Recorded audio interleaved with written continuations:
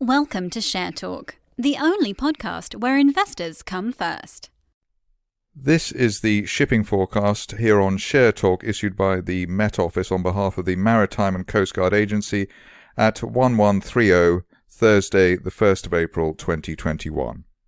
Starting off with Avacta, and here you can see there's been a decent rebound for the shares off the floor of a rising November trend channel.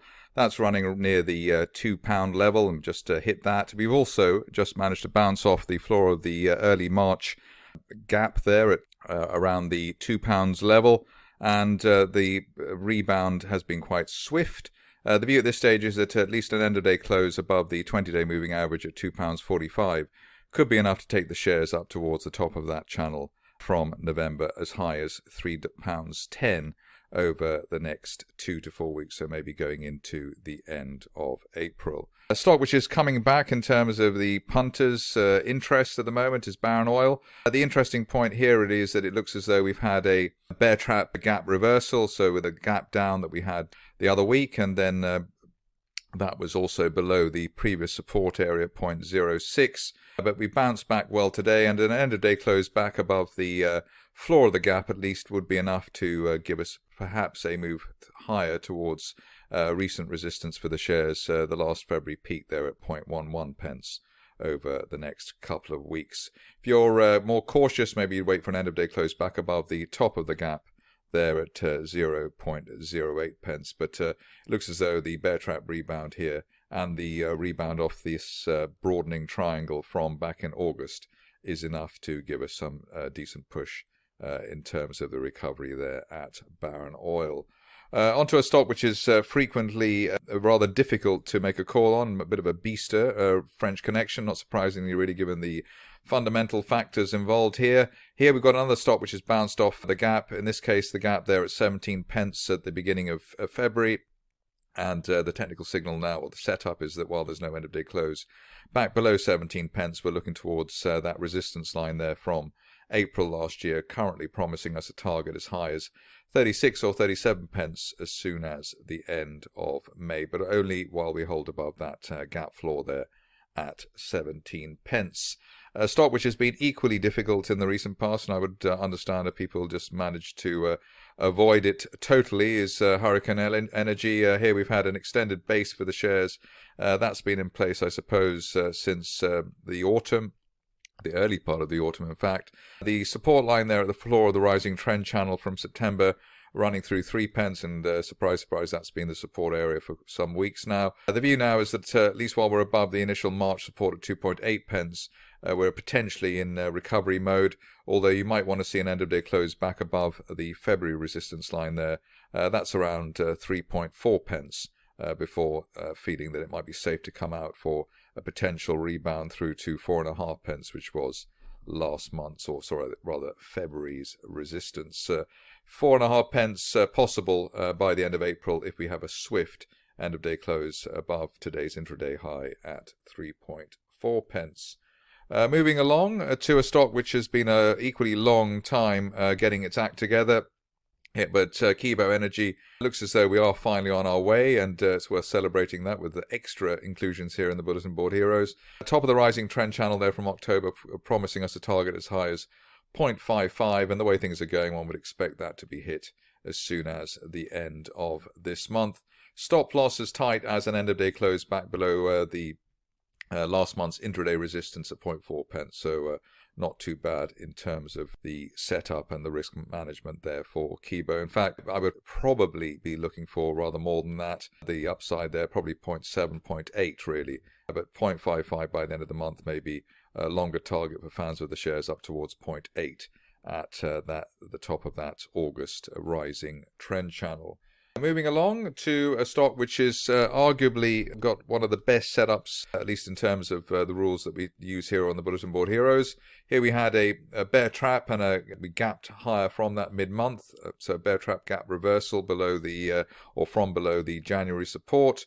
The view now is that An end-of-day close above the initial February resistance there at 1.7 pence should easily be enough now to take the shares up to 2.5 pence with that unfilled gap to the upside that we've had. So looking encouraging there at Kazera Global at the moment. Star of the day by quite some margin is OILEX, and interesting here that we had the shares obviously take out the first target we had at the top of the rising trend channel from June at 0.23, let's call it.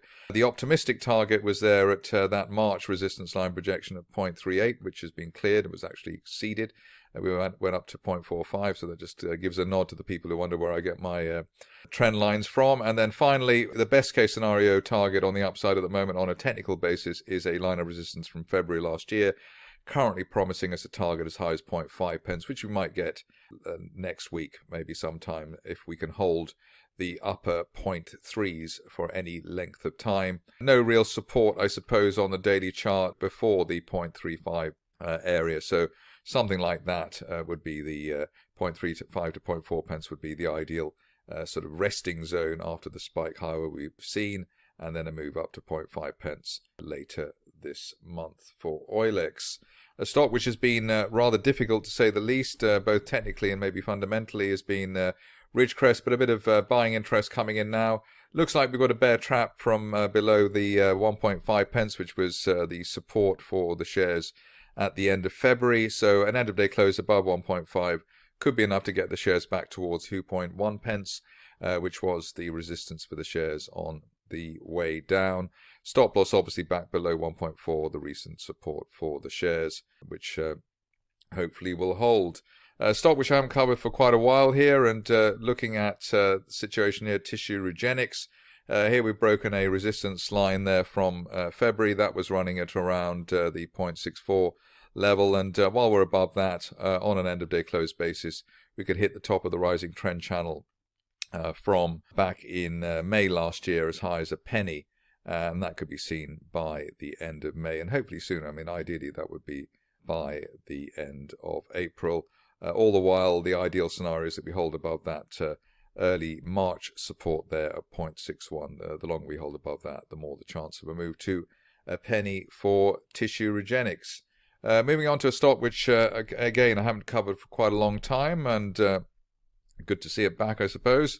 Here you can see that there's been a decent spike for TRAK, and the view is that not only will we on this occasion see a retest of July resistance at 24 pence, we could also see a push much higher than that, perhaps as high as the top of a rising trend channel that I've drawn from the beginning of 2019, as high as 45 pence by the end of May. But the upside there really depends on the shares really clearing 20 pence very quickly, ideally today or early next week, and then keeping on going. The reason or the theory behind a move towards 45 is because it's taken so long for the shares to consolidate down from the 40 pence area, and this could be a logjam break type of situation in terms of the resistance, especially with that very tight price action that we've had so far this year. So let's see if TRAK plays ball. Back below the 50-day line at 15 pence would cause us to rethink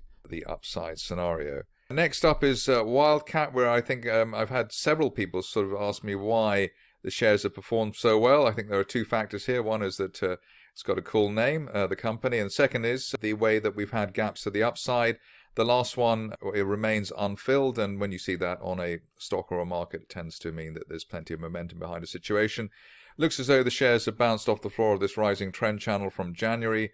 The floor of the channel there at, say, call it 2.4 pence. And while we're above that, looking towards the top of the channel as high as 5 pence by the end of next month, i.e. by the end of May. So it looks as though there's still some gas in the tank for Wildcat. Finishing off with Wey Education, which has had a big day today, a very sharp move to the upside. Key here is that we hold above that old January resistance, the initial resistance of 2021 at 42 pence. The longer we stay above that, the greater the chance of a follow-on move towards as high as 70 pence, which is a resistance line projection from back in November 2019. That's it today for the April Fool's edition of the Bulletin Board Heroes. Thank you for listening. Remember to visit our website for more news and other podcasts at www.share-talk.com.